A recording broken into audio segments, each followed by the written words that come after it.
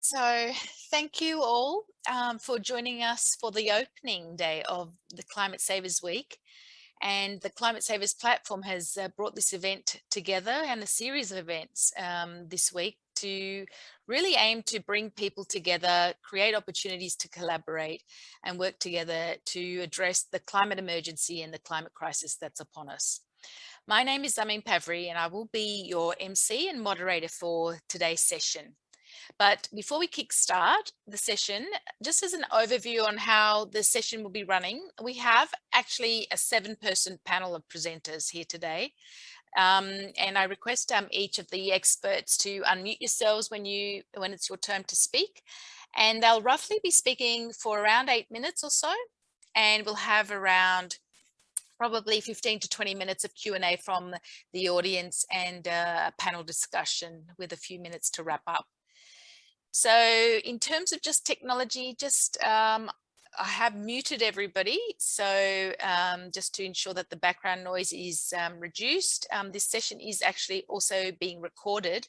And I do request that for any questions, please actually use the Q&A feature, perhaps on your Zoom, or if you do not have one, use the chat feature. But I'm assuming you will have the Q&A feature there.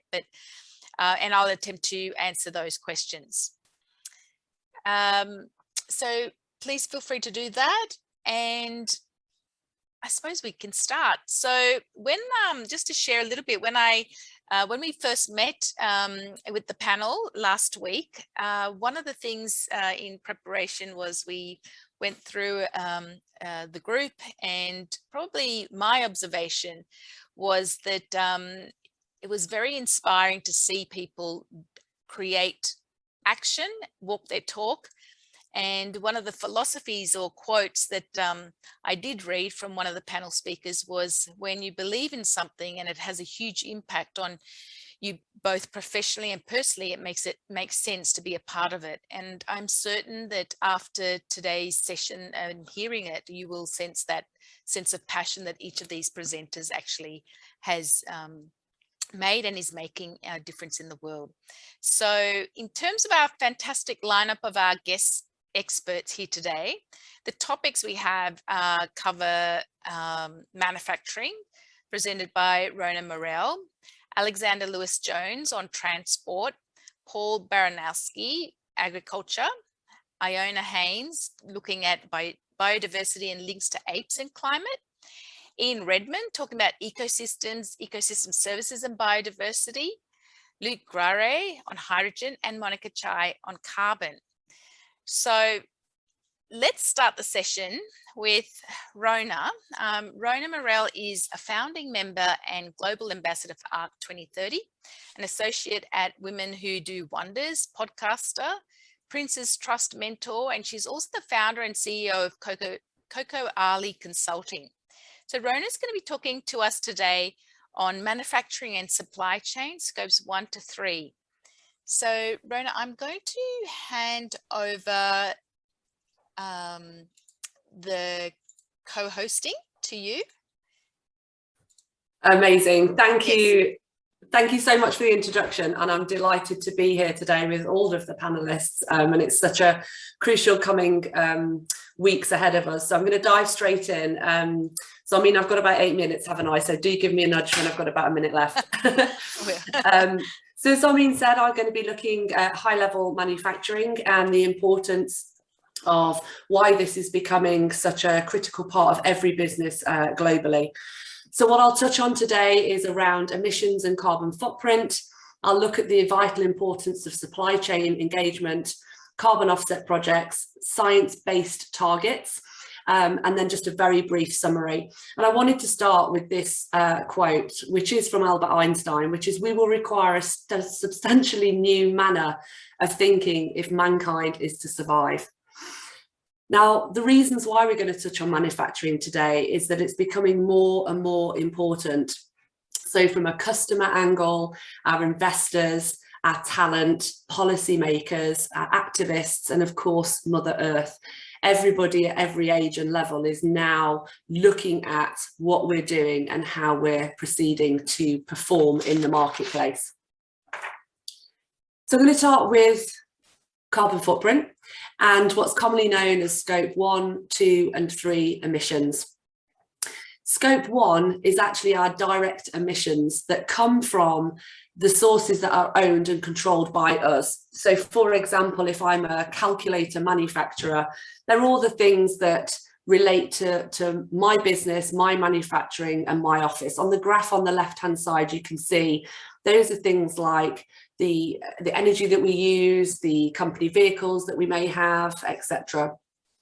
Scope 2 then looks at the indirect emissions. So whilst the energy that I consume might not be produced by me, it is used by me. So therefore I am responsible. But as a user of this energy, we are responsible for those greenhouse gases that are being created. Now, for those that know a lot about scope 1 and scope 2, or for those that don't, these are known as the greenhouse gas protocols. And the number 1 and 2 scopes are probably known to be the easiest and lowest hanging fruit that we can get data on, and that we can take ownership and action on. Now, if we move over to scope 3, this is where it gets harder. And for many people, actually measuring the data for scope 3 is exceptionally hard. So scope 3 is all about the emissions that aren't owned by me. So for example, as I manufacture that calculator, the people who produce the buttons, the screens, the plastic, etc., all of those individual components that are responsible for the total supply chain of that end good are all responsible and creating their own carbon footprint. So that could include things like kind of our subsidiaries, our joint ventures, our partners, our franchises. So as you can see straight away, this becomes a very complex area to try and map actually what our total footprint is. It's the hardest one to deep dive into supply chain. And many of those within our supply chain don't actually want us to dive in. And this could be for various reasons: competitive edge, losing commercial advantage, and also some of the cost implications may be off-putting to some. Shamedly to say as well, there are those that want to sit back and just wait until policy is enforced on people. So the more complex your manufacturing, your product, your service actually is, the more complex to get the data of scope 3. So if we look at the supply chain itself, knowing that scope 3 is the strongest element of this to try and look at how we map our carbon footprint and our gas, on average, our scope 1 and 2 emissions are at least 5.5 times bigger when we get to scope 3. So to put that into perspective, someone like IKEA, 97% of all of their emissions are in scope 3. So you can see that whilst it's the hardest, it is the most important and critical to get together. So how can we actually engage in that, and what are our options? What can we actually do to change that? One of the things that's quite obvious is that we need to kind of incorporate and match our policies and communications within our supply chain. This isn't about big boys beating up smaller suppliers. What this needs to be about is communicating the mission that you are on and what you want to achieve, and matching your supply chain to that. They may not be perfect from day one, but working with them and communicating with them on where they are today and where they need to get to in 5-10 years is the most important thing. I'm a firm believer that 2030 is our date. I think when we talk 2050, 2060, it becomes somebody else's problem. It doesn't create that urgency. Also, it's critical to try and actually work together on mutual targets. So it's not just you must do, it's how can we do it together? How can we collaborate? And actually share those wins and that education and that knowledge, and sometimes the financial burden of that. We can look at partnerships with NGOs and government. What are the government doing? What are their policies? Are they living and breathing? And can you help influence? If you're a large organisation, absolutely you can influence policy. And there are some phenomenal NGOs out there working in the field across every spectrum, B2B and B2C, business to business and business to consumer. The other option as well, of course, is to what I call co-opeters. And it's, would you actually dare go out to your main competitors who fundamentally are in the same industry, going after the same consumers, probably using the same suppliers? Would you be bold and brave to go out and collaborate with those people directly to then look at an industry standard or an industry influence? Also, I think when you look at the supply chain, when you map it, there's opportunities to look at hotspots and accountability. So again, what is your procurement guidelines for when you are seeking out and searching suppliers? Before it was always just time to manufacture, delivery, cost. Now we need to make sure, what are their green credentials? Again, where are they today? Where are they trying to get to? And are the right intentions there? The actual element of the team that need to do this, we need to drive accountability. So there needs to be fundamental team players who have objectives and KPIs, but most importantly is seeded through the culture of the business and not just one token sustainability person within the organization. So the way we get to our greenhouse gases within scope 3, 1 and 2 as well, is we take all the data we collect. And let me make it very, very clear. We can actually get correct data, and that'll be in the form of our utility bills, how much mileage and gas or fuel is used in our cars. But it's also okay to take an estimated guess on where you think some of the finer details are. Again, I want to reiterate the importance of starting now with the best intentions, collating the data that you can get, getting all that together and then times it by our emissions factor, and that will give us our greenhouse gases. Now, some people get nervous about estimating, but I think if there's a big dollop of common sense, you know your business, you know your industry, you can take estimated guesses, and there is a ton and wealth of knowledge out there on the internet through people like myself all over the world that can help you get to this point. So don't be afraid to start. One of the other things as well is looking at the closed loop value chain. And I don't have time to go into it today, but there's a great case study that the Cambridge Institute did with Jaguar Land Rover. And as we know, most aluminium is recyclable. Most of the cans of pop you may drink have been a can before or might have been in a bicycle. But they worked on a study to look at how they could use the aluminium, put into a car at the end of its life, then reuse the aluminium back into the process. To create pure aluminium from scratch, new aluminium if you like, is very, very intensive and takes up a lot of energy.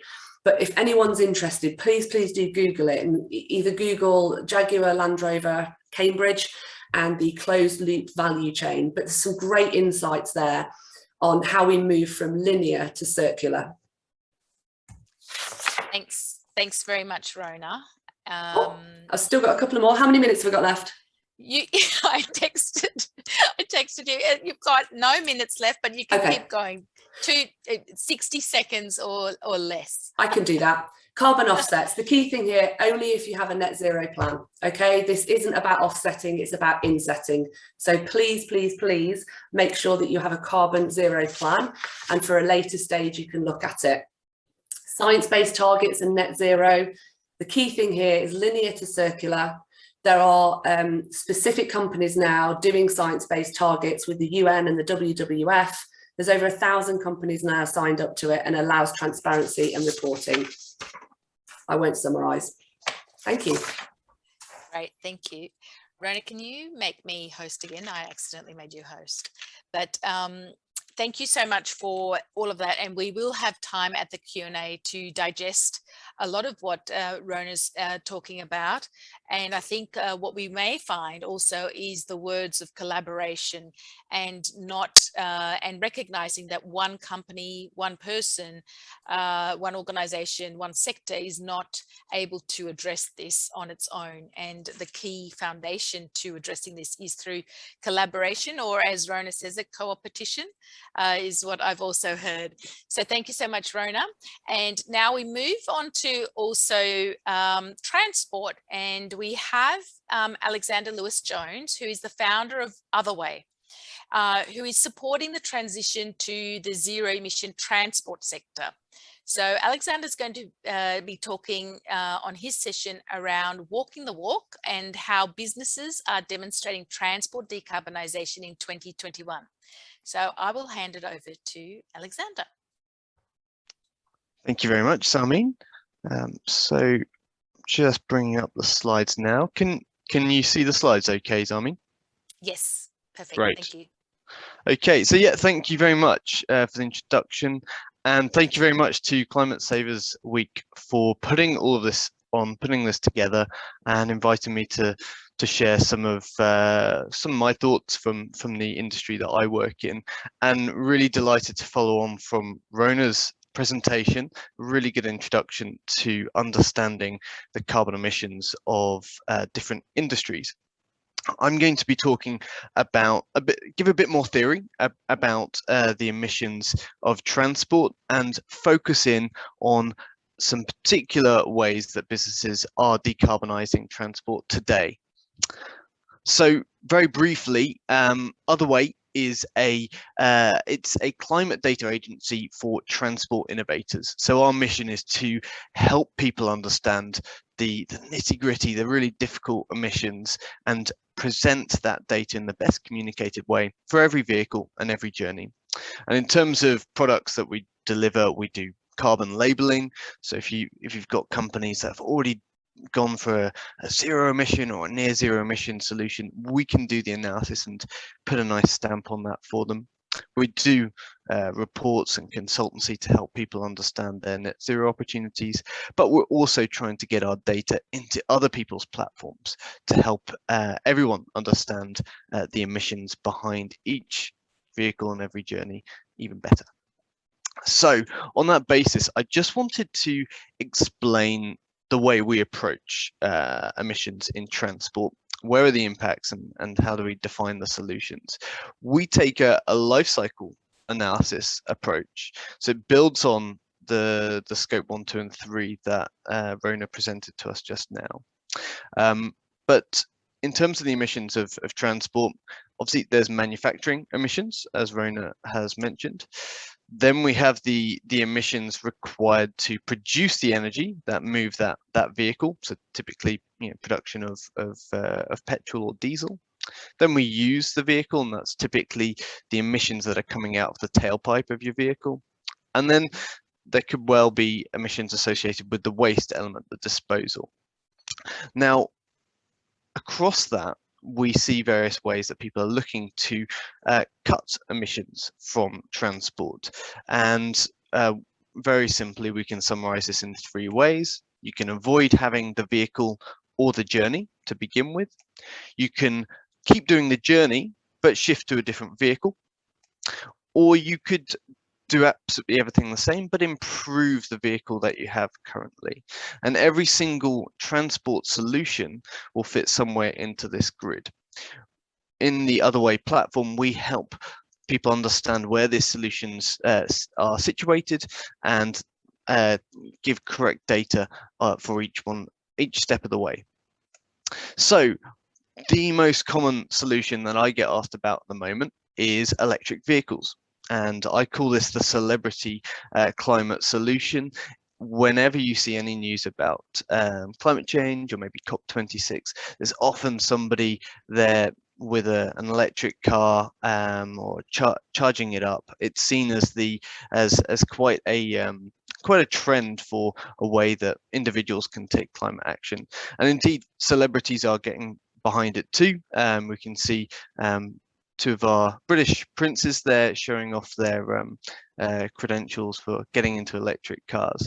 Coming back to this graph on the left, this is produced by Delta EE, which is an energy transition research consultancy, and they spend a lot of time thinking about the transition of different technologies, and I find this graph particularly interesting. So it shows the level of electric vehicle uptake across the whole of Europe. If we look at 2021, we can see that it looks like there's about 5 million electric vehicles on the road today.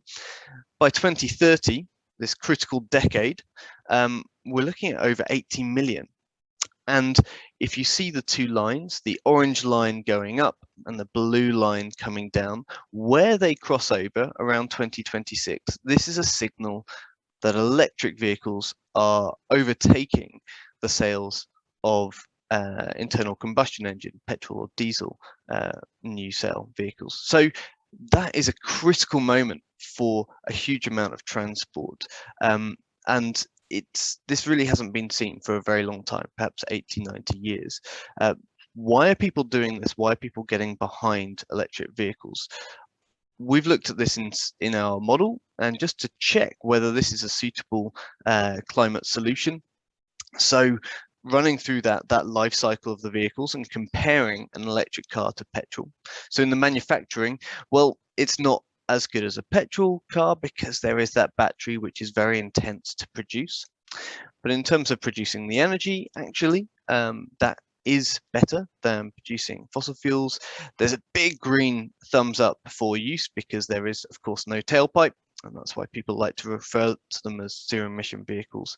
And disposal, once we've given the battery a second life, it's largely very similar. So the key takeaway here is that yes, electric cars are beneficial, and it's worthwhile investing in an electric cars today, because they will reduce emissions compared to petrol or diesel equivalents. Now, just to show another example of that, I looked at how I would get from my house here in London to Glasgow, where the COP26 is. Again, comparing lots of different options. You can see here we've got the VW ID3, the one highlighted in purple there, that's the electric car, and you can see that it reduces emissions considerably compared to the petrol or diesel or flying options. It's not the best, you can see that if I was to go by e-bike, that would be the lowest emission solution, but that's why it is worthwhile that people are investing in these vehicles today. So to move on to the final section and look at how businesses are approaching this, because of that growth curve that we saw before, we're seeing significant amounts of investment. It's gone from millions of dollars a few years ago to the billions now. And that's coming from both public to stimulate that market, as well as private, where we're seeing people realize that, yeah, there is going to be a good return. This is going to be the future of transport. Key point here, it's not just about vehicles, it's also about the infrastructure that goes around that vehicle. So electricity in a lot of the countries where these battery electric vehicles exist is abundant, but getting that electricity from the network and into the car safely and at the right speed is not there. So startups are now being valued at over $1 billion because they've developed the technology that works for charging up in people's homes, workplaces, and of course in public spaces too. But that's not all. I believe there's a really interesting role here in the investor who might not be seeking the profit themselves, but actually they want to use the vehicles. They want to stimulate the market because actually those vehicles didn't exist before. And I just want to highlight two companies here. DHL, they built their own van because the market wasn't delivering it 4 or 5 years ago. So they went and became a van manufacturer, and they wanted to decarbonize their fleet. And in doing so, they've actually helped stimulate the market faster than we thought possible. Amazon are doing a similar role in North America with their partnership with Rivian. So it's no longer about just wanting to be a profitable business. It's also wanting to decarbonize your own emissions, your scope 1, and by building your own platforms, building your own transport solutions to do that, we can see companies are driving that market forward. So that's everything I wanted to say today. I hope I've just about stuck to my time, Zamin, and yeah, thank you very much. Great. Thank you so much, Alexander, for your session. And we will have some more, I'm sure we'll be having some good questions on some of the barriers that you mentioned and that infrastructure that also needs to be supported. But now we're going to actually turn to agriculture. And with the recent IPCC report released this year, which really emphasized methane being responsible for around 30 to 50% of the 1-degree warming that we see today, about 1/3 actually comes from land, coupled with the fact that methane stays in the atmosphere for around 10 to 20 years and is about 80 times more potent than carbon dioxide. Mitigating methane emissions is a highly effective strategy for reducing warming in the near term. Livestock management, reducing enteric fermentation, manure management are critical. And where the IPCC report stated roughly around 35% of mitigation potential solutions can come from changes in agriculture. So we have now our next speaker, Paul Baranowski, who is the founder and CEO of ClimateEdge. ClimateEdge is developing a series of digital tools to support organizations and providing services to smallholder farmers in developing countries. And he's going to be taking us through what it means to use digital services to help smallholder farmers succeed. So over to you, Paul.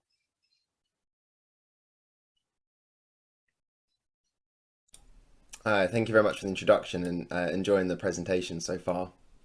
So yeah, my name's Paul. I'm the co-founder of ClimateEdge. We help organizations engage and interact with smallholder farmers at scale. And it's really good to be speaking at this ClimateSavers event and focusing on what, in my opinion and many people's opinion, is one of the greatest challenges facing agriculture generally, but especially smallholder farmers today. In particular, I'd like to talk about how digital tools are unlocking a new opportunity to help these smallholders not just adapt to an increasingly hostile climate, but to actually help decelerate climate change through improved farm management. So before we continue, let's just quickly define what we mean by smallholder farmers and highlight why they are such an important part of this narrative. And while the exact size of a small farm varies with the country, typically when we talk about smallholders, we're referring to people that own 5 hectares of land or less. So whereas many of us based in Europe or America are accustomed to thinking of farms as these huge mechanized parcels of land, actually around 94% of the world's farmers own less than 5 hectares. And in some regions, like where we work a lot in sub-Saharan Africa, smallholders manage up to 40% of the total agricultural land. And I think it's also worth noting that as a demographic, smallholder farmers make up the largest proportion of people living in poverty, under roughly $2 a day. So I think, put simply, smallholders lie at the forefront of climate change, both in terms of their contribution, but also in terms of their vulnerability as well. So with nearly 500 million smallholder farmers worldwide, it's no surprise that this large ecosystem of service providers has developed, from NGOs to input companies. And increasingly, you see a very strong focus of these service providers on helping farmers move towards climate smart agriculture. And really, from our point of view, these organizations are the conduit that can actually enact change at the massive scale that's needed moving forwards. So take this image. This is taken by one of our customers, Just Dig It. They help farmers basically re-green their local landscapes, so plant trees. These photos, taken exactly the same time of year, obviously 3 years apart, I think is a really kind of obvious demonstration of the impact that working with smallholders can have. But as you'd expect, coordinating this scale of action is no simple task. There's over 500 million smallholders worldwide. They're obviously located in extremely remote locations, very fragmented as a population. And to date, the most common methodology, most common way of interacting with these farmers is typically face-to-face, so through field agents. But if you look at the sort of ratio of support that you can achieve through this method, you're talking about one field agent serving up to 4,000 farmers on average, and that's in a good organization.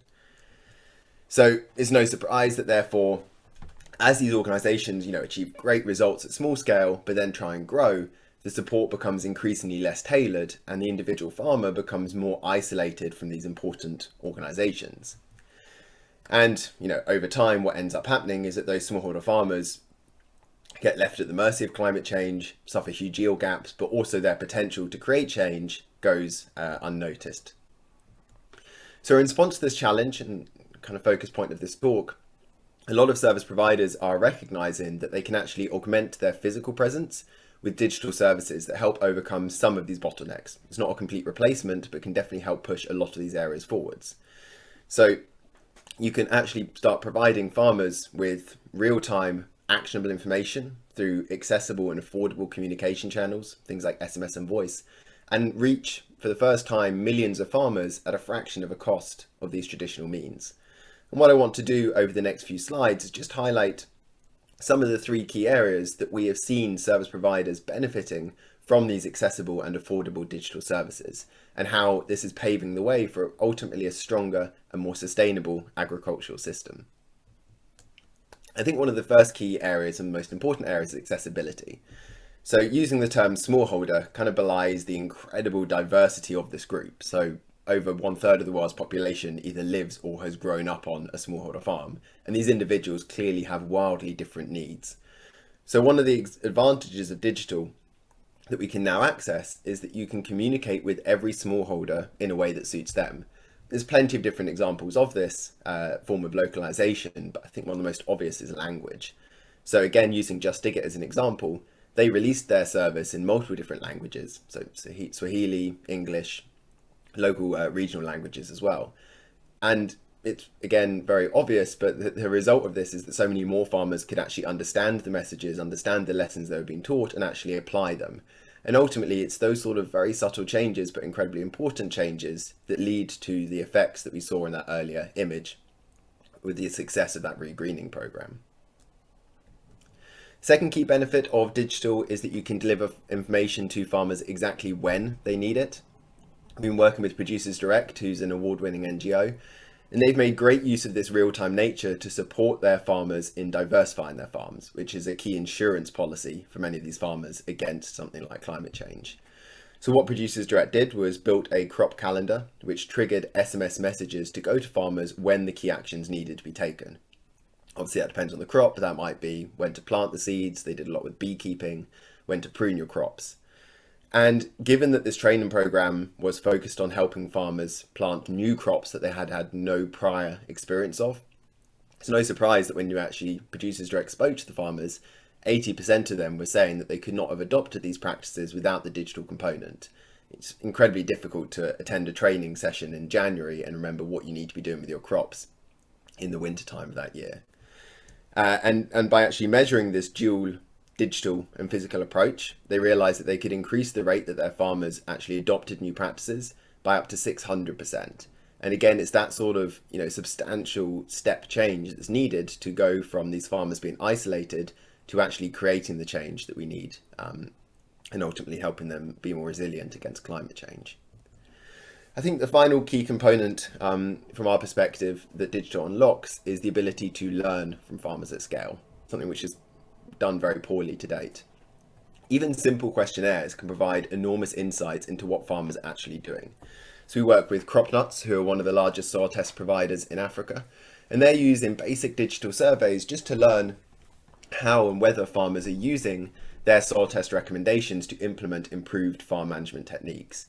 And before going digital, perhaps you can have your field agent talk to a few farmers, but actually coordinating this type of user research at scale was basically impossible or exceedingly expensive, and so done so infrequently that actually iterating your service was incredibly challenging. And it's really by leveraging these sorts of tools that we can grow our collective understanding of smallholders. And this is really critical to helping them actually progress to climate smart agriculture. It has to be a two-way conversation. It can't just be telling them what to do. You have to learn why they're doing what they're doing now and what information they need to progress and move forwards. And ultimately, these 3 areas don't exist in isolation. They create a virtuous circle that feed into each other. And it's our view that digital helps this flywheel move faster. Again, it's not a replacement for all face-to-face interaction, but it's what speeds up the iteration. And this ultimately helps lift smallholder farmers out of poverty, but also leverages their collective strength to create a fairer and more sustainable future for global agriculture. So I'm going to leave it there for the moment for this presentation. If you're interested in a deep dive into how to actually build engaging services and to how to interact with farmers at scale, then please get in touch. My contact details are on the screen. I can send them around afterwards. But otherwise, I look forward to any questions during the panel session later on. Thanks so much, Paul. Super fascinating on how technology and smart technology is really creating access to those really hard to reach areas with people, and look forward to some of that Q&A at the end of this session. So next we focused, Paul focused on land, and continuing a little bit on that theme, but the inhabitants of land, not just people, but animals and the biodiversity. We talk to Iona Haynes, who works at a non-for-profit organisation, Ape Alliance, and she's going to be talking to us about how apes and their conservation is actually related to climate change, and also the important work that Ape Alliance members are actually and how they're bringing people together to improve ape conservation and the welfare, and really addressing a big problem with climate change and how it interacts with everything. So over to you, Iona. You're on mute. Yeah. Thanks, Armin, and thanks to Ian as well for organising today. And it's very exciting to be on the first morning of ClimateSavers Week. As you just said, I'm Rhona Haynes, and I coordinate the non-profit ape conservation and welfare organisation, Ape Alliance. So we're a loose coalition of over 100 organisations and individuals worldwide, and everyone in our organisation is working towards the conservation and welfare of apes. It was founded in 1996 by Ian Redmond, who is going to be the next speaker. Us at Ape Alliance, we're super excited for the upcoming COP26, but you might be thinking, how on earth does ape conservation relate to carbon and the climate? So I'm going to tell you that. First, let's talk about what an ape actually is. So apes are a group of primates that live in Africa and Asia. We're made up of the great apes, gorillas, chimpanzees, bonobos, and orangutans, and the small apes, gibbons and siamang.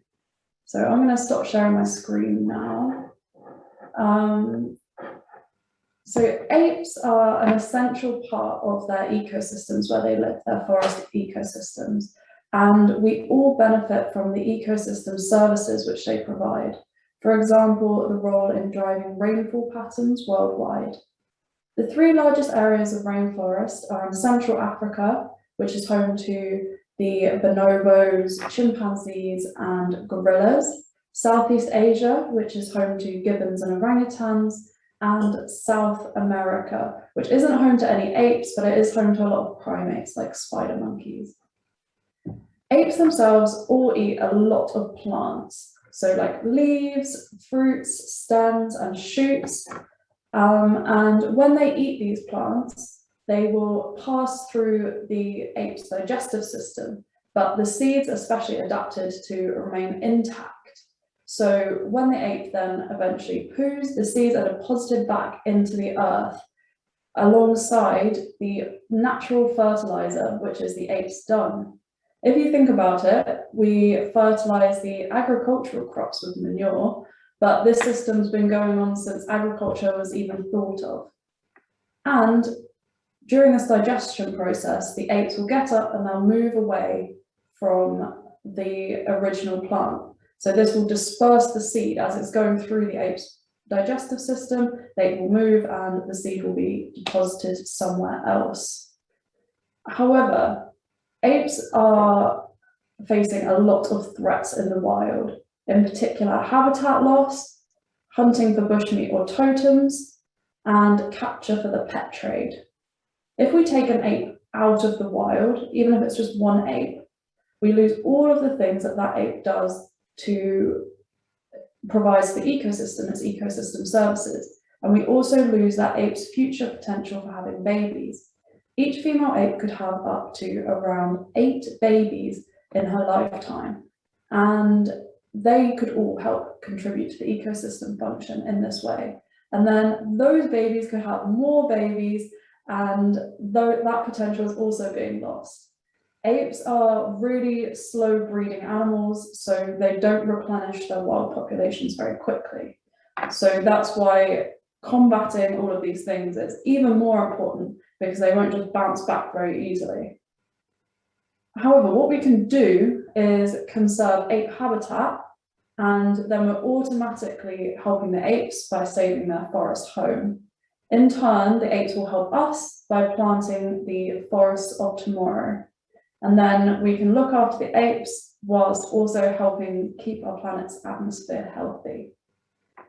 And if you want to learn more about all of this, you can come to our Apes, Biodiversity and Climate Conference, which is on Friday at 11 till 5 UK time, where we're bringing together lots of experts, for example, people from academia, people from conservation, and even some economists to discuss how apes can help us in the fight against climate change, and a bit more about what I've been talking about today. So they're going to give presentations, and then we're going to have a panel discussion to end the day. Thank you very much for watching, and make sure to follow Ape Alliance on social media as well. Thanks very much, Iona. And we're going to continue on with the focus on biodiversity with Ian Redmond. And Ian is the co-founder of Rebalance Earth. And what I found fascinating when we chatted last week, Ian, was that terminology of what Iona also used is the ecosystem services. And in fact, how your Rebalance Earth is actually aiming to internalize that cost of ecosystem protection into the economy of business, starting with the protection of keystone species such as forest elephants, and whose daily activities increase the amount of carbon sequestered and stored in the forest habitat. So this is pretty important for someone like myself in venture capital, where we're actually focused on climate solutions. And we also look at companies looking at carbon offsets and using the normal sort of offset mechanisms. But this is really interesting for education for all of us, but also just talking about how you put a value on these ecosystem services, and that animals provide the key to funding conservation. So apologies for the dog in the background, but I will hand over to Ian, and you can take us from there. Thank you. Thank you very much, and thank you, Iona, for summarising the Ape Alliance. It's wonderful to hear someone else presenting that. The Ape Alliance has been focused since its inception on ape conservation, and if you consider why most people might want to help that, it's through philanthropic feelings. We want to help apes because we share a lot of DNA with them. They're our closest living relatives in the animal kingdom. We share many characteristics. We have fingerprints on our fingers and an opposing thumb and forward-facing eyes. All the things that make us human are in fact not just human. They're shared by other primates. And my work with apes began in the mid-70s when I had the good fortune to go and study mountain gorillas with the late Diane Fossey. And the gorillas behind me in this little video, I hope you've clicked your view so you're seeing speaker view and you can see the video. Those are actually the grown-up children and the grandchildren of the gorillas that I first met in the 70s, and indeed who met Sir David Attenborough. And for many people, their first exposure to mountain gorillas, if they were around in the late 70s and early 80s, was watching David Attenborough's series Life on Earth and seeing him surrounded by gorillas. So that intrigued people and was, I think, a large factor in the improved conservation status that has gradually come about for mountain gorillas, because people realized that they weren't the monsters of fiction. In fact, they were very gentle, herbivorous, largely herbivorous animals that if you go and visit them, you're visiting like a cousin. You're going to visit your relatives. And that concept has worked very well, so that now, instead of being a species heading to extinction, they were critically endangered. They've been reduced in status to just endangered. Just endangered? There's a little more than 1,000 of them now, which is not very many, but it's 3 times what there were in the mid-70s. So that's a conservation success. But during that time, the idea that you can go and see gorillas on holiday has predominated people's thinking, and it brought an economic value to gorillas, which is fantastic. But it's almost as if they don't have a value if they're not being seen by a tourist. And most gorillas are not mountain gorillas, most are eastern lowland or western lowland, and there's just a few cross river gorillas, and most of those are not being visited by tourists. So do they not have a value? Well, of course they do. And as Iona said, they are keystone species in their habitat. Now, during ClimateSavers Week, we are looking at all the different aspects of human behavior and how we all, whether we're engineers or plumbers or doctors or vehicle manufacturers, have to look to reduce our personal and our corporate carbon footprint. And so we're thinking that climate change is in a sense, it's the issue that unites everyone on the planet. And what Iona and I are arguing is that it goes beyond every human person on the planet to the non-human beings. And why does that matter? Well, clearly climate change, global warming, is a planetary problem. So it affects every individual of whatever species on the planet. So the problems caused by climate change affect every species. The solutions to climate change involve every species. Now you hear people saying, well, we need to plant more trees. We need to plant 1 billion trees, 1 trillion, huge numbers of trees need to be planted. And it's true that humans planting trees can play an important role, particularly if there are no animals left in the area where the trees are being planted. Why are animals important? Well, as Iona mentioned, animals are seed dispersal agents. And it's particularly important in the tropics, because in the tropical forests, between 3/4 and 96% of tree species depend on animals for seed dispersal. So there are some seeds which have little blades attached to them, like sycamore in the temperate zone and the dipterocarps in the tropics, that are blown about. But the vast majority of tropical tree species depend on animals. So when you look at a forest today, each one of those trees, you look at these mighty emergents that rise above the canopy, and clearly that they've been there for a long time. And if you age them by counting the rings inside, hopefully not after you've chopped it down, but by boring a little hole into it, you'll find that some of them are 600, 700, 800, even 1,000 years old. And they result from an ecological event 600, 700, 800 years ago, when it could be a bird, it could be a primate, it could be an elephant, ate a seed and pooped out that seed, scarified and prepared for germination. So we have benefited from the ecosystem services of these animals, and we continue to benefit from those ecosystems. What we haven't realized until just 2 years ago, when an Italian biologist called Fabio Berzaghi published a study of 2 patches of forest in the Congo Basin. One patch where there was still a population of forest elephants, and one where they'd been extirpated by ivory poachers years ago. Let me just, while we're talking about this, switch my background. Let's bring some elephants into the picture, because elephants are, I won't say more important, but at least as important as apes and other primates. Because elephants can eat really big seeds. And curiously, there's a correlation between seed size and wood density. So that sink in a little bit. So a cubic meter of wood, if it's a light wood, obviously there's less carbon in it than if it's a dense wood. And the densest wood tends to be of tree species that have bigger seeds. And bigger seeds need bigger animals to disperse them. And there are some with seeds the size of a fist. I mean, think of if last time you ate an avocado, you don't swallow that seed, but an elephant might.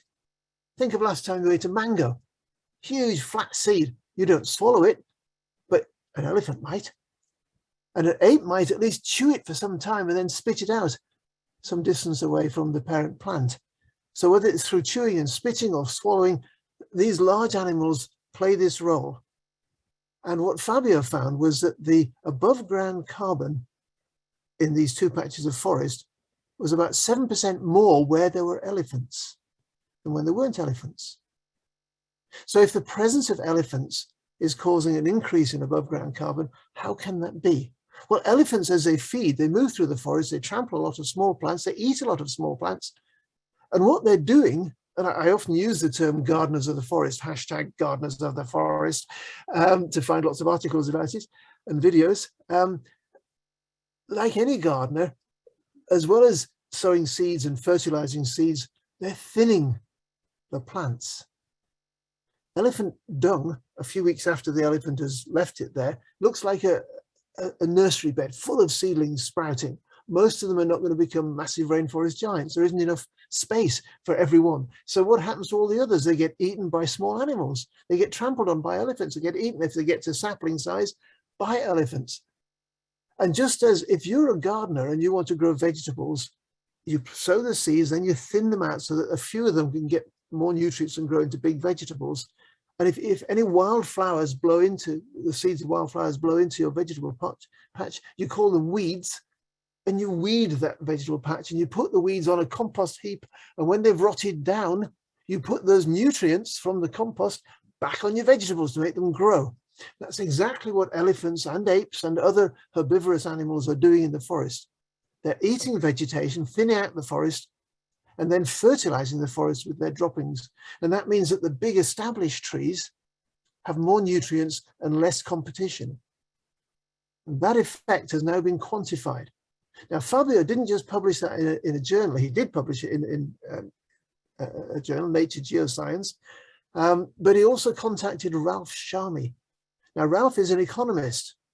And as Iona said, we even allow economists now into our conversations about ape conservation because Ralph is an unusual economist.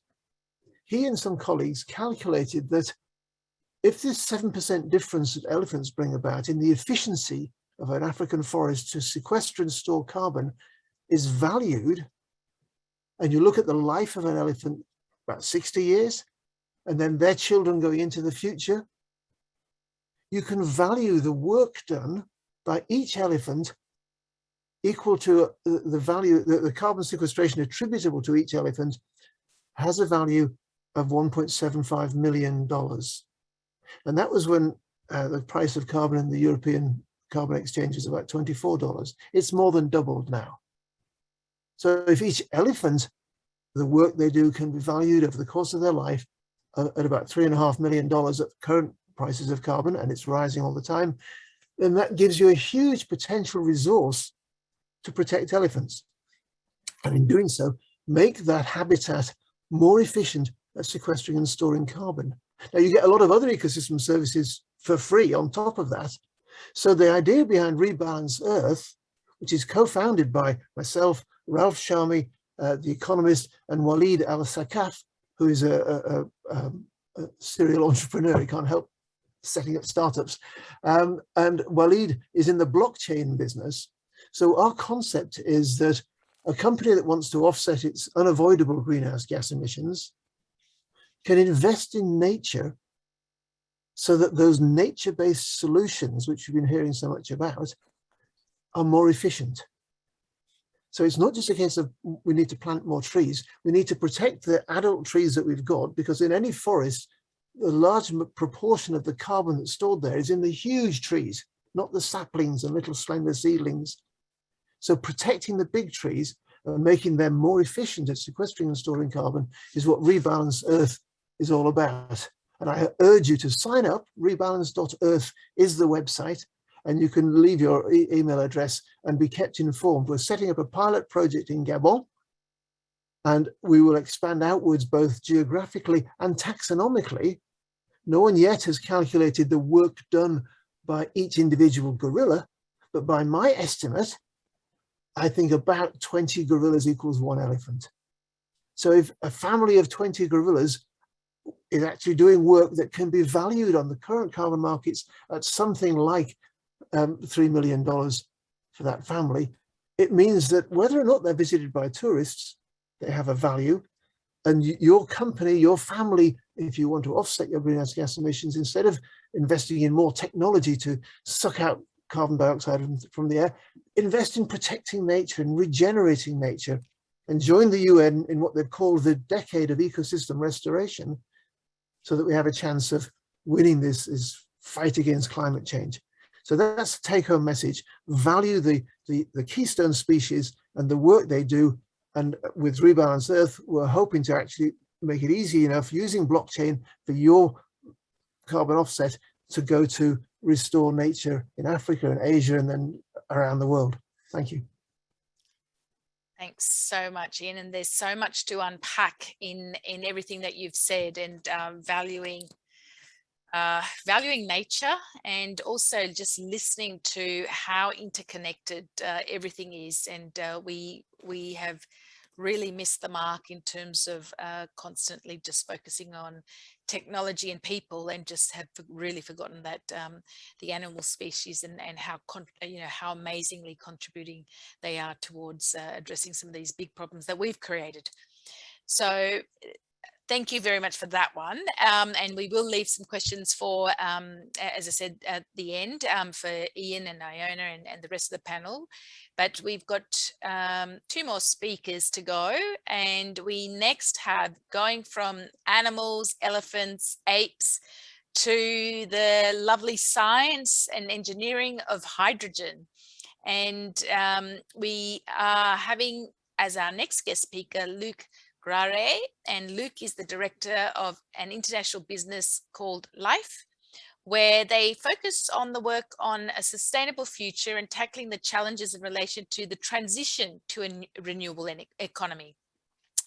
They help companies, utilities and municipalities to actively lower their carbon footprint by developing and designing, financing and operating green hydrogen plants, 100% fossil free, truly green, and no nuclear, and sustainable. So Luc, the big transition and hydrogen and empowering the green hydrogen transition, can you share with us your thoughts on this topic?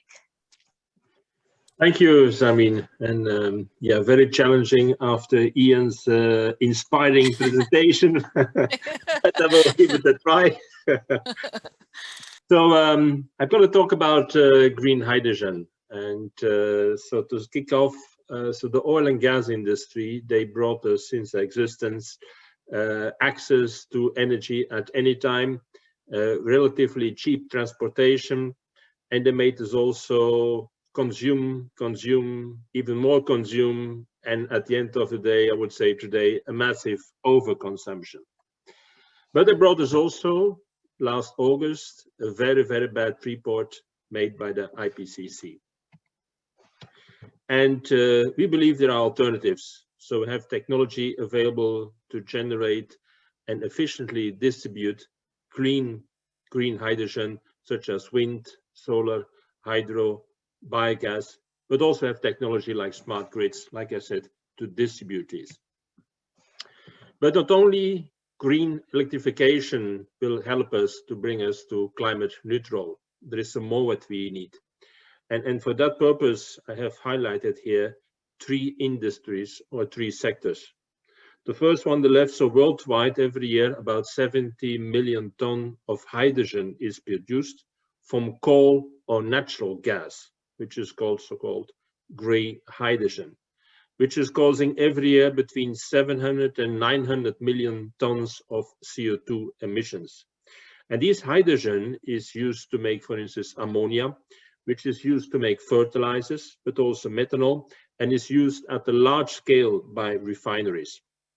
In middle, you see what we call the hard-to-abate sectors, like cement and steel and chemical, which are causing CO2 emissions, but which are related to their process to make the final product. So not to the use of electricity, because they can use to a certain extent clean electricity, but let us say to make the product, there is always coming some CO2 emissions if you do not change it, if you continue like today. And in the heavy industry, the heavy duty transportation, I need to say, and airplanes, to electrify them and to go to battery is quite difficult, because the batteries have a high weight, and let us say a truck with batteries inside can be very quick above 6 tons of batteries to electrify this truck, and these are tons which a truck cannot sell, which is the purpose of its existence. So what is the solution now? The solution is what we believe green hydrogen. So the gray hydrogen, which is produced every year, the 70 million ton, like what I said, at a big extent, we can replace this by so-called green hydrogen, which is made by renewable energy. If you talk about these hard to abate sectors, many of those processes, which they have, where I said typically they have, depending on the process, CO2 emission, we can replace this process by the use of hydrogen, and then of course particularly green hydrogen, to have here a clean process. And in the case of these heavy duty vehicles or these airplanes, also green hydrogen is a choice for the energy to bring them forward. And we talked about hydrogen in combination with fuel cells. So the path to clean, to a climate neutral environment is by using solar and wind energy, but also, like I said, others like hydropower, etc.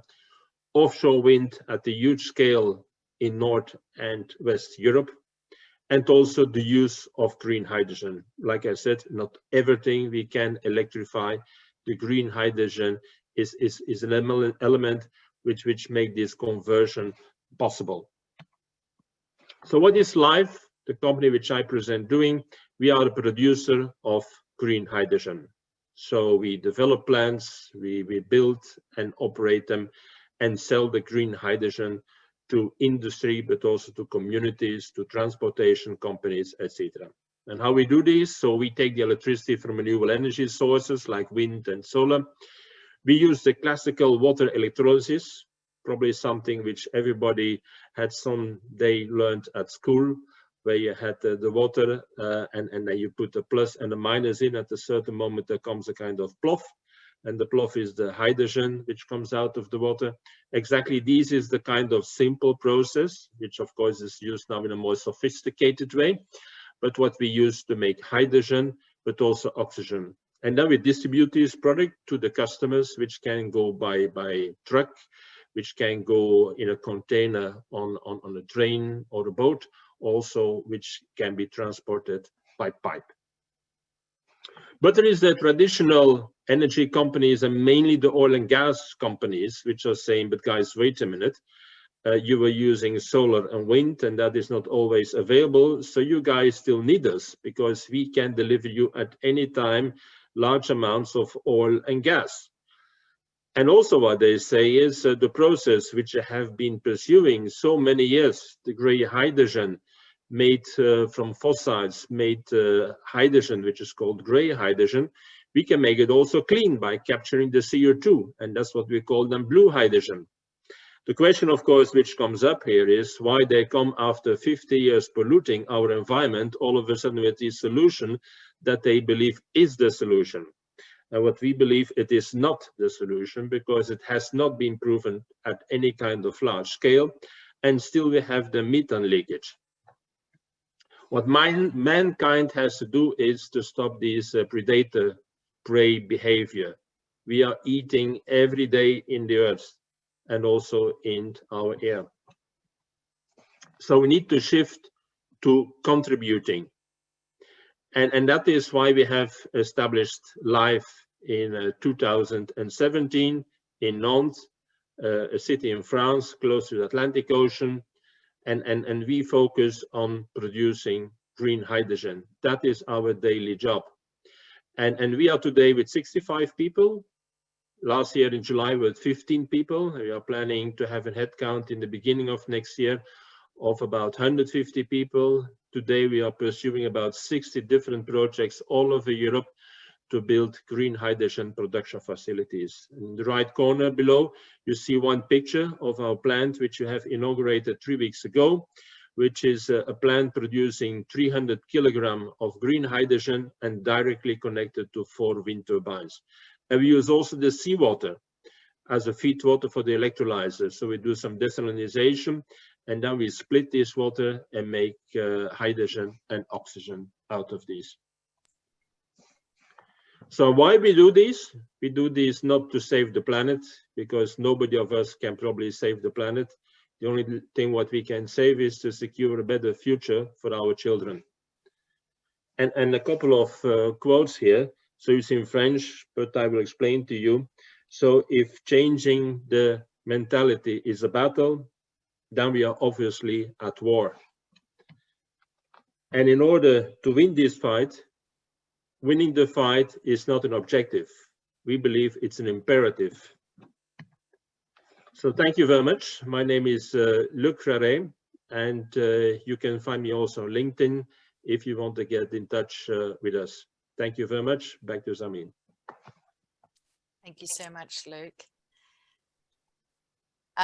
We will have questions very soon and shortly after we hear from Monika Tjia, who's very passionate about driving climate and social impact. And we very much focused over the last 6 sessions on, I suppose, solutions that are outside of our own individual control. So Monika is going to be talking to us about the consumer opportunity or the individual opportunity.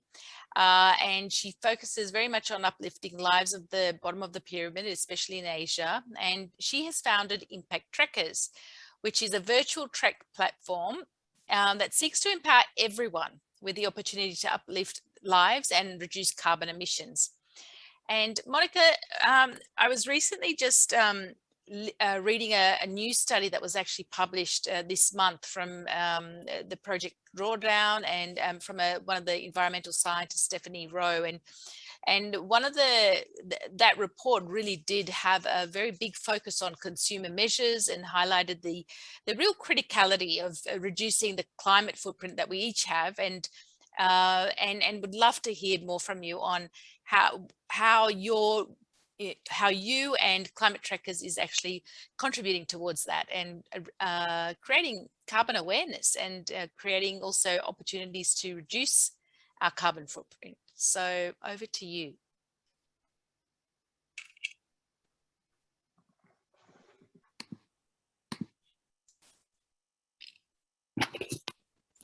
Thank you, Zarmeen. You're seeing my slide, okay? Okay. Yes. So, have you ever walked on a sunny, scorching day along a path with no trees? Do you know that in 2019, every 6 seconds, we are losing a football pitch of rainforest? And we are not even including the second growth forest and plantations. If we were to include all that, the figures were in fact 3 times worse. Now imagine a world with no trees. What will it look like? A very good afternoon and evening to some of you. It is my pleasure to be here and be able to showcase how, through a simple solution, Impact Trackers can help you and your company reduce carbon emissions through a fun and engaging way. So Impact Trackers was conceptualized in the year 2020, born out of a need and mission to help eradicate poverty and to reduce carbon emission. We are the first virtual run platform that seeks to empower everyone with the opportunity to uplift lives and reduce their carbon emission with every step they take. How do we do this? Well, as with all virtual runs or marathons that you have seen, you will first need to register.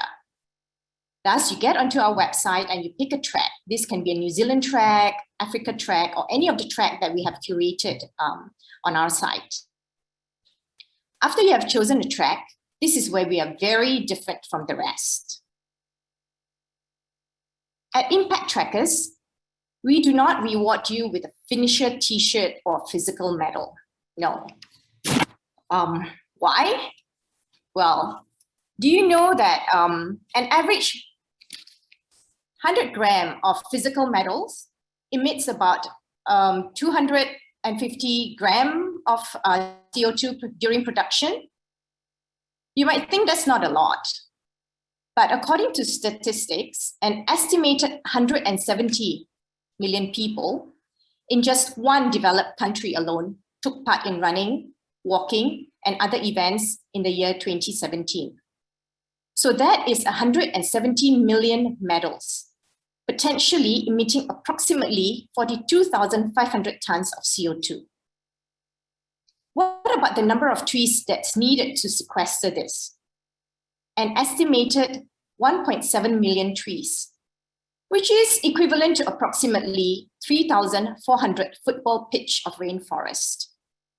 And we have not even factored in the logistics of delivering these medals. Therefore, at Impact Trackers, we feel the carbon footprint created from having to award participants with physical medals or t-shirt half across the world just do not justify. So instead, what we do is, after selecting your track, we let users decide if they want to deliver climate or social impact as their entitlement. So what does this mean? If you, as a participant, choose the delivery of climate impact as your entitlement, what happens is, as you clock your distance with your walking, running, cycling, rollerblading, cartwheeling, whatever activities, you will see your avatar moves on our virtual map, and trees will be planted as your reward. To help us do this, we partner with Eden Reforestation Project to help you plant your trees. Eden is an NGO who works to engage local communities. They do not only seek to plant trees, but also to ensure reforestation. These, of course, then lead to a reduction in CO2. So if you choose the delivery of social impact as your entitlement, as you scale your distance, you will also be providing rice paddy seeds to smallholder farmers to help them increase their harvest yield. And to help us with this, we partner with Golden Sunland Singapore, who through their hybrid rice technology is able to plant more rice for every acre of harvest, which in turn results in the reduction of CO2 as well. To top it off, in order to create a greater awareness on how each user's impacts are contributing to the different sustainability goals, we provide each of our participants with an impact scorecard, or some of you may call it a report card. Yeah? This is a powerful and personalized scorecard that measures and tracks the impact that each individual or participant delivers upon the completion of every virtual run with us. And as the impacts of social, health, and climate are tied to the UN Sustainability and Development Goals, this personalized scorecard can also help corporations in their environmental, social, and social governance, or ESG reporting, in their reporting numbers. And as we are able to simplify the metrics and tracking, as well as reporting for such companies. So to sum it up, at Impact Trackers, we look at 3 ways to reduce CO2. Firstly, we encourage a change in consumer behavior. And as climate change is a big issue, it has to be dealt with from ground up. Secondly, governance. Environmental policy has to contribute to all corporates' ESG reporting numbers. And we are here to help them with this number. Lastly, through our impact partners, of course, which you have seen earlier, Eden Reforestation and Golden Sunland. Yeah. So before I end, Let me give you some final numbers. How many trees does one participant plant? 50 trees? Not too bad, right? What about, say, for this Climate Savers Week, we have 1,000 people who attended this week's event for the whole week. That is 50,000 trees and equivalent to 100 football pitch of rainforest. And that's just for 1 week and one event. Can you imagine what 52 weeks of different events can deliver? The impact we can create. Will it still be a world with scorching desert sun, or can we now have hope for a lush green world? Before I leave, let me leave you a quote from Mother Teresa. I alone cannot change the world, but I can cast a stone across water to create many ripples. We at Impact Trackers have casted that stone, and we urge you to join us in creating more ripples, because this simple solution can only work if all of us walk together. It is only together can we then move the needle, create the ripples, and change the world. Join us for our deep dive tomorrow and find out how companies can deliver powerful impacts through ground-up initiatives. Collaborate with us to create a lush green world for our younger generations. I am Monika, founder of Impact Trackers. Thank you. Thanks so much, Monika. And that does conclude all our fantastic panel speaker sessions. And we will now jump into Q&A. We've got around 10 minutes if I'm going to plan. We have gone a little bit over, but I'm sure you will agree with me that some of the sessions just can't be condensed, and there's such a lot more to talk about. We've heard, I've heard a couple of common words: collaboration, coming together, the interactions, the interconnectedness of things, and how one solution can be really leveraged when connected together. So even as I sat there listening to all of the panel speakers, you know, Paul and Monika, you're both panel speakers on the call. You should both get together talking about smallholder farmers. How do you interrelate, right? We talk about trees, and I think one of the common things that I hear about trees and tree planting and the offsets is, and probably something for Ian is probably my first question, and maybe for the panel generally. But, you know, we talk about trees and that potential to offset, but the type of trees, the issues of climate risk that happen on plantations of trees. We have got a global warming happening, and how reasonable or is it for us to just rely on tree planting when we know that we are actually still continuing to destroy rainforest? And the type of trees, the type of, Ian, you talked about, you know, wood density. How important is ensuring that the consumer, the individual understands that it's just not a matter of putting in a eucalyptus or pine tree that's going to help, but it also the quality of the nature that we plant is really important. So any comments on that biodiversity and these solutions that people are coming up with, and any comments on that? Well, I think the figures that Monika quoted of the rate of deforestation that continues, you know, we thought we'd saved the rainforest. That was last year's campaign or last decade's campaign, and yet we haven't. So as well as planting new trees, we just have to stop cutting down old ones, or at least if we are cutting them down, cut them down in a way that minimizes the damage.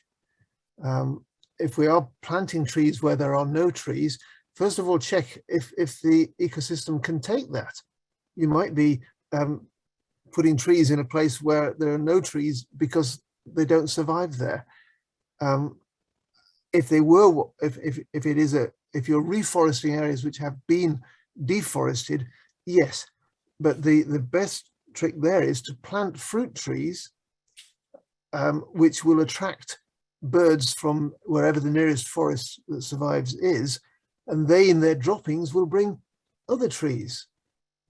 So by planting trees that attract natural seed dispersal agents, you get a more biodiverse forest.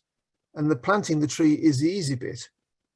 You have to water it, depending on whether it is in a place with good rainfall. But all being well, planting trees holds the soil, so it reduces erosion, which means that downstream, if you've got a hydroelectric dam, it doesn't silt up. Deforestation is the enemy of hydroelectricity, because the silt clogs up the hydropower schemes and fills the reservoirs that have been created to power the hydropower. But in creating reservoirs for hydropower, you're stopping the movement of fish up and down the river unless you've installed a fish ladder to the side. So at every stage, we have to do a serious independent environmental impact assessment of what we plan, and then follow the advice. It's not just a box ticking exercise. It is real. And what worries me is that as people look for new technological solutions, for example, let's electrify all our vehicles, where do the raw materials come from that are used to manufacture the batteries? Well, an awful lot of them come from the DRC, the cobalt mines. And as we saw 20 years ago, when everyone suddenly wanted to have a games console and a mobile phone that was smaller and smaller, that created a demand for tantalum, which is a heavy metal that is a large amount of the world's deposits are in the DRC.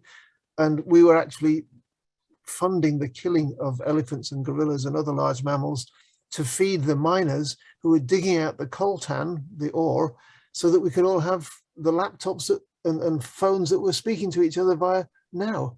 So we don't want to, with electric vehicles, say, oh yes, we need more batteries. Where do we get the cobalt from? The DRC. And suddenly you're destroying one of the major ecosystem service providers in order to solve an environmental problem. So there's some really good advice in all these presentations about looking at the whole supply chain and the impact you're having when you think you've come up with a great idea. And I think to that, I think I will get the other panel speakers to unmute themselves and participate in the conversation. But I think, Rhona, you mentioned it's cheaper to and easier to protect and restore what we have.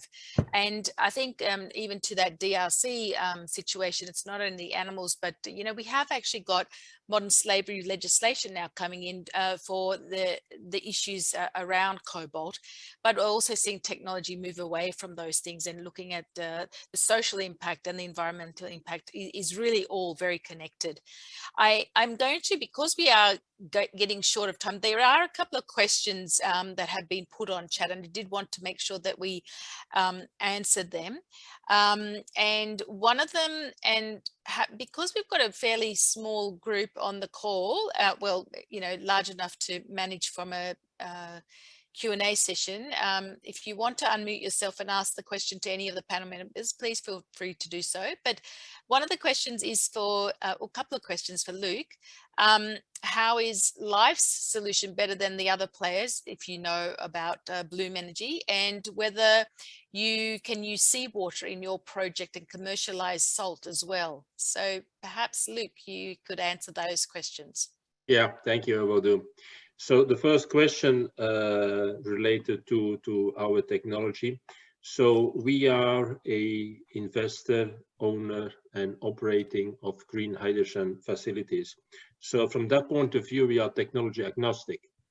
And we could use also, if it's suitable for the application, technology from Bloom Energy, where it was referred to. So it's not to say that our technology is better. We could use also that technology. We are technology agnostic. And the next question regarding desalination, indeed, that is what we do at one plant, which we have inaugurated, like I said, 3 weeks ago, where we use seawater, and after desalination, we do the water splitting and make hydrogen and oxygen. And that is, for instance, also a proof of concept if you go later on a large scale producing green hydrogen on the sea by direct connection to big offshore wind farms. we do this. I have to admit, what we do is we by osmosis, we take out the salt. Now, the salt which you get out of this is not what we have, for instance, in the kitchen. It is a kind of fluid. Yeah, it's still a kind of water remains, which is more salty, and which for the time being we put again back in the sea. Of course, I admit that we might do some more research on this if we are going this to do at a much bigger scale, and there are projects to produce green hydrogen at a huge scale in Saudi, but also in Morocco, etc., where they will be using seawater. And I think more research is required to understand what the exact impact is, what they do also to put the salt back in the sea, to the environment, the fauna and flora in the sea. Thanks, Luc. And I think going also following on from another key theme that I did notice is the issue of data and measurement. And a lot of you actually have been able to quantify the number of football fields, or as Rhona first started and opened the session around scopes 1, 2, and 3, and also the issues of financing some of these solutions and the challenges that all of you have sort of raised in various ways on solutions. So I'm wondering, for any of the panel speakers, what are probably, and you do need to do a 60-second, a quick session on your thoughts, but what are your top 3 levers of change that you think are really required to move any of your solutions forward? And I know one will be government policy, but any thoughts from the panel on the levers of change to address some of these big issues, whether it's for electric vehicle adoption, through to technology, through to using philanthropy in clever ways for conservation? Any thoughts from the panel there? One thing from my side is not always thinking about pilots. It's better to have something which is simple but scales than something that's super complex, but you only ever work with a small number of people. You don't have to always aim for the perfect solution, and I find often that's what blocks progress, is that people want to constantly improve and add features and do things like that, rather than just even have a very basic thing that impacts a lot of people. Yeah, I would. I would absolutely second that, Paul. I think when we talk about 1 to 3 scope emissions, it's really blooming scary. And without forced legislation, creating your own policies, and then you may have differences in global policies and changing the benchmark. So absolutely, I think it's about keeping the idea simple. And I am a massive advocate of just start somewhere. Know where you are today, know where you need to go. It's okay to not be perfect, but it's not okay to not start the journey. Just keep it simple and get on with it. Yeah, and I would like to add on this to Rhona, indeed, just get things started. Don't wait for tomorrow, start today. It's a learning process for all of us. Climate change is something which is there. There is no book how to combat it. But we are trying to combat it every day and through our learning process. Any other thoughts, Monika? Yeah, I mean, I think all these changes has to, for our side at least, it has to be a ground-up initiative. We have seen, a lot of top-down actions, right, from governments and all that, but it doesn't seem to be working. So we have to relook at this in a different way, to start from ground up, from everyone, from you and me, yes, to make this change. Yes. Yeah, and I think some of the things that we're seeing in the impact investing world is all of the solutions are actually coming from ground up, human-centered design approaches, and keeping the beneficiary in the middle. And one of the sayings is that the person or the being that's actually suffering with the pain usually has the solution. And I think that Ian, you're the voice for the animal kingdom, but the beneficiaries, smallholder farmers, and the rest really do need to be at front and center of some of the solutions that are being proposed from the ivory tower, if you like.